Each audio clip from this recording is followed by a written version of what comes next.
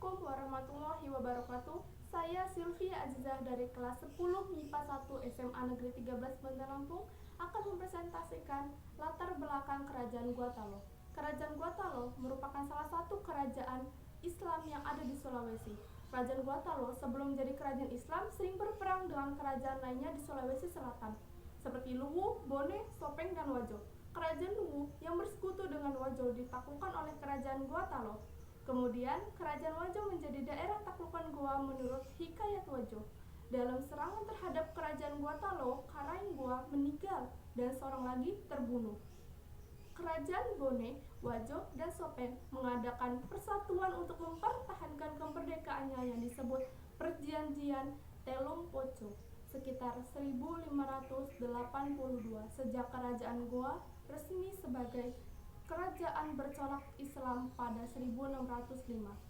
Goa meluaskan pengaruh politiknya agar kerajaan-kerajaan lain juga memeluk Islam dan tunduk kepada Kerajaan Gua Talo, antara lain Wajo pada tanggal 10 Mei 1610 dan Bone pada tanggal 23 November 1611.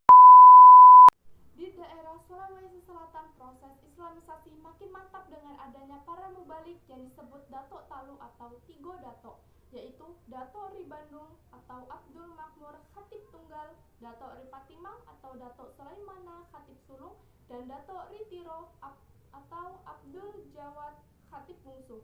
Ketiganya berasal dari Kolo Tengah, Minangkabau.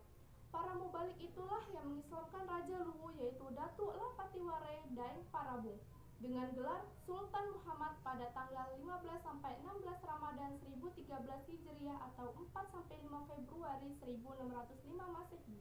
Kemudian disusul oleh Raja Goa dan Talo, yaitu Karaeng Matuwaya dari Talo yang bernama Ai Malingkang Daeng Manyuwari atau Karangeng Talo, mengucap syahadat pada Jumat sore 9 Jumadil Awal 1014 Hijriah atau 22 September 1605 Masehi dengan gelar Sultan Abdullah. Selanjutnya, Karaeng Goa Ai Mangarangi Daeng Manrabia mengucap syahadat pada Jumat 9 Rajab 1016 Hijriah atau 9 November 1607 Masehi. Perkembangan agama Islam di daerah Sulawesi Selatan mendapat tempat sebaik-baiknya. Bahkan ajaran Sufisme Khalwatiyah dari Syekh Yusuf Al-Makassari juga tersebar di Kerajaan Goa dan kerajaan lainnya pada pertengahan abad ke-17. Karena banyaknya tantangan dari kaum bangsawan Goa, maka ia meninggalkan Sulawesi Selatan dan pergi ke Banten. Di Banten, ia diterima oleh Sultan Agung Tirtayasa, bahkan dijadikan menantu dan diangkat sebagai sufti di Kesultanan.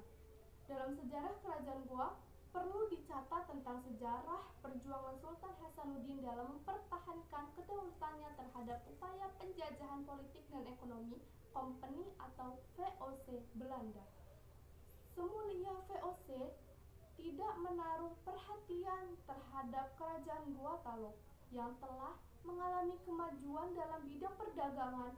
Berita tentang pentingnya Kerajaan Gua Talo didapat setelah kapal Portugis dirampas oleh VOC pada masa Gubernur Jenderal J.P. Soen. Di dalam kapal tersebut terdapat orang Makassar. Dari orang Makassar itulah ia mendapat berita tentang pentingnya pelabuhan Somba Opu sebagai pelabuhan teranak, terutama untuk mendatangkan rempah-rempah dari Maluku.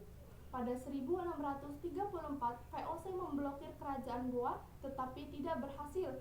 Peristiwa peperangan dari waktu ke waktu terus berjalan dan baru berhenti antara 1637 sampai 1638. Sempat tercipta perjanjian damai, namun tidak kekal karena pada 1638 terjadi perampokan kapal orang Bugis yang bermuatan kayu cendana. Perang di Sulawesi Selatan ini berhenti setelah terjadi perjanjian Dongaya pada 1667 yang sangat merugikan pihak Gua Talo. Sekian dari saya, Sylvia Azizah. Mohon pamit, mohon maaf bila ada kata-kata yang kurang berkenan dan mohon maaf bila tidak sesuai dengan yang Anda inginkan. Kepada Allah saya mohon ampun. Terima kasih. Wassalamualaikum warahmatullahi wabarakatuh.